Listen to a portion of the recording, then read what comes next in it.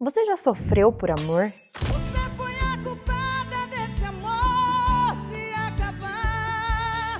Aquele tipo de amor que te tira o sono, que te isola do mundo, que parece impossível de esquecer. Camilo Castelo Branco escreveu 2 romances sobre isso, mas cada um mostra um caminho completamente diferente. De um lado, amor de perdição, a paixão levada até as últimas consequências. Do outro lado, amor de salvação, o sentimento que, mesmo depois de tudo, encontra um jeito de se manter vivo. 2 histórias que usam os mesmos ingredientes: triângulos amorosos, cartas desesperadas, desilusões, mas que terminam em pontos opostos. Uma é tragédia pura, a outra, uma redenção impossível. E Camilo, com uma pena afiada, não romantiza nada disso à toa. Ele sabia o que estava fazendo. Mostrava que o amor, por mais bonito que pareça, nem sempre salva, às vezes destrói. E quando salva, pode não ser da forma como a gente espera.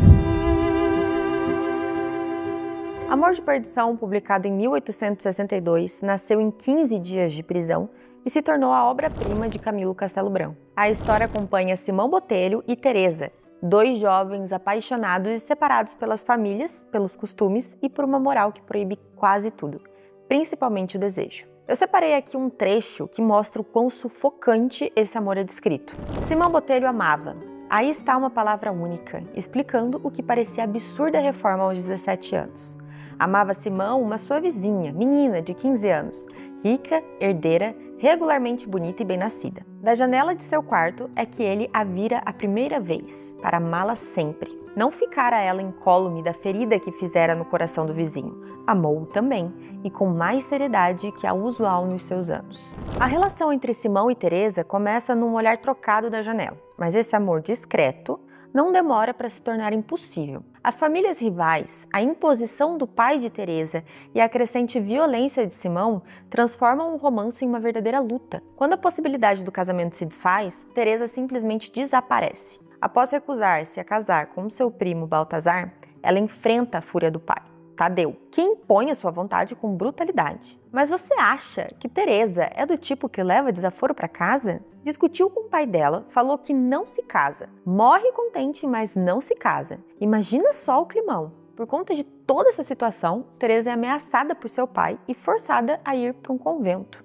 Simão, por sua vez, não hesita em recorrer à violência. Já descrito desde o início da história como alguém grosseiro e violento, ele carrega essa fúria para dentro do próprio amor. E ao saber que o Baltazar, aquele primo que estava querendo furar o olho dele, apareceu no quintal da Teresa, o Simão simplesmente decide enfrentar Baltazar e acaba o matando. O drama não acaba por aí, tá? Preso pelo crime que cometeu, Simão é condenado à morte. Mas o seu pai acaba intervindo e a pena dele é comutada para exílio na Índia. Agora, gente, eu separei aqui um trecho para vocês que é a carta que o Simão envia a Teresa, em que ele conta que não vai mais ser executado pedindo que ela espere. Esse trecho é uma verdadeira carta de amor.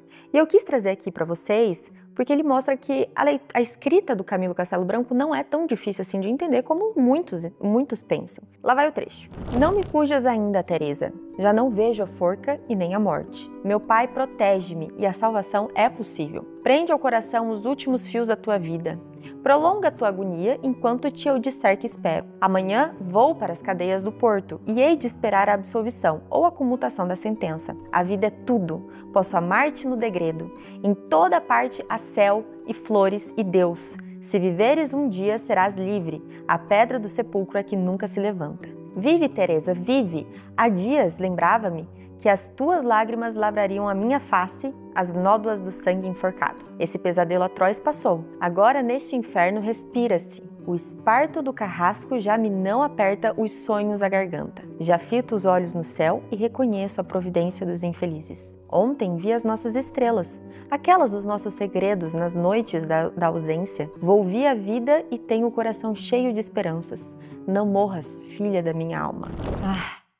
Não há românticos como a outrora, não é mesmo? O que você faria no lugar de Teresa ao receber uma carta dessas? Deixa aqui nos comentários que eu quero saber. Eu, sinceramente, não sei como responder. Eu não sei nem como que eu receberia uma carta de amor dessas. E eu não vou te contar o final dessa história não, mas digamos que o Camilo levou o amor até as últimas consequências. E o clima de Amor de Perdição é esse. O amor como um impulso cego, trágico e incontrolável. Nessa história, a linguagem é exaltada, as ações são extremas, o sentimento idealizado até as últimas consequências. Agora eu quero que você pense nas histórias de amor que existem na literatura. Morro dos Ventos Vivantes, Orgulho e Preconceito e, claro, a mais trágica história de amor, Romeu e Julieta. Essa história, que inclusive tem um vídeo no canal falando sobre isso, tem uma semelhança muito grande com o Amor de Perdição. Se você não lembra, a Luísa pode te ajudar a lembrar. Alô, produção! Bom, o enredo todo mundo já conhece, né? É a história de dois adolescentes que se apaixonaram perdidamente, que eram de famílias rivais e que tiveram um destino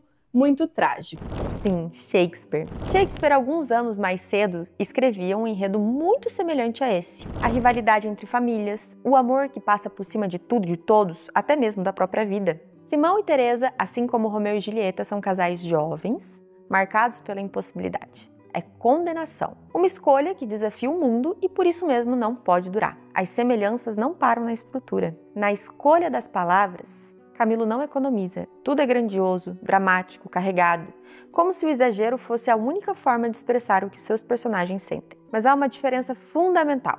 Enquanto Shakespeare conduz o leitor ao final trágico com um certo distanciamento irônico, o Camilo parece mergulhar no drama até o fim. Ele sente com os personagens, chora com eles, sofre com eles. Camilo te coloca dentro do próprio drama. Ele pega na tua mão e te faz testemunha desse amor avassalador. Ele é o poder de uma boa escrita, meus amigos. Já imaginou escrever tudo isso em 15 dias? A boa notícia é que não é só de tragédia que se vive o amor. Quem aí ainda acredita que há esperança e acredita no amor como salvação? Camilo nos dá de presente o outro lado da moeda, amor de salvação. Esse romance, escrito 2 anos depois, se desenvolve de outro jeito. A história narra a jornada de Afonso, um jovem frágil, introspectivo, que ao contrário de Simão não explode, mas ele adoece. Seu drama não é das grandes ações, mas da passividade, do arrependimento e da reconstrução. Ele é um personagem um pouco mais melancólico, né? No início, Afonso se apaixona por Teodora, que mais tarde assume o nome de Palmira. Ela está longe de qualquer ideal romântico. Ela é descrita como perversa, impiedosa, má, interesseira, fingida, traidora e falsa. Em alguns momentos chega até a ser comparada com um demônio, tenso. Mas o fato é que Afonso se entrega à relação. Ele vive entre festas, vaidades e o esvaziamento progressivo da sua fortuna, até que tudo desmorona. A morte da sua mãe, Dona Eulália,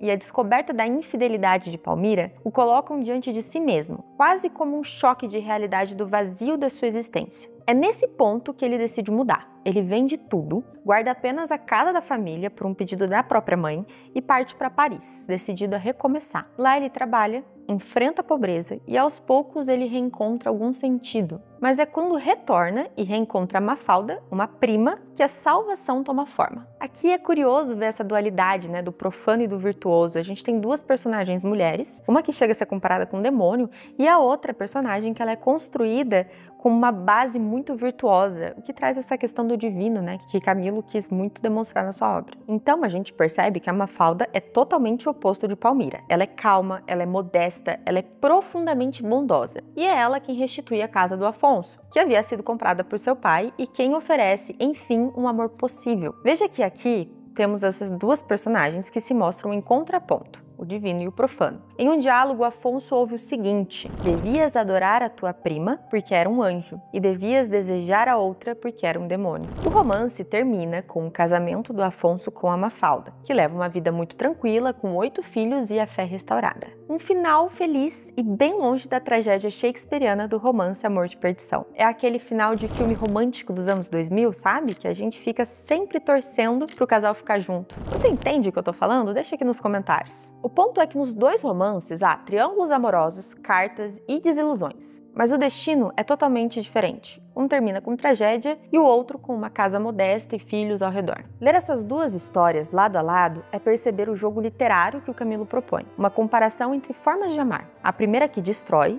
e a segunda que acalma. E aqui eu finalizo o vídeo parafraseando Renato Russo. E quem um dia irá dizer que existe razão nas coisas feitas pelo coração?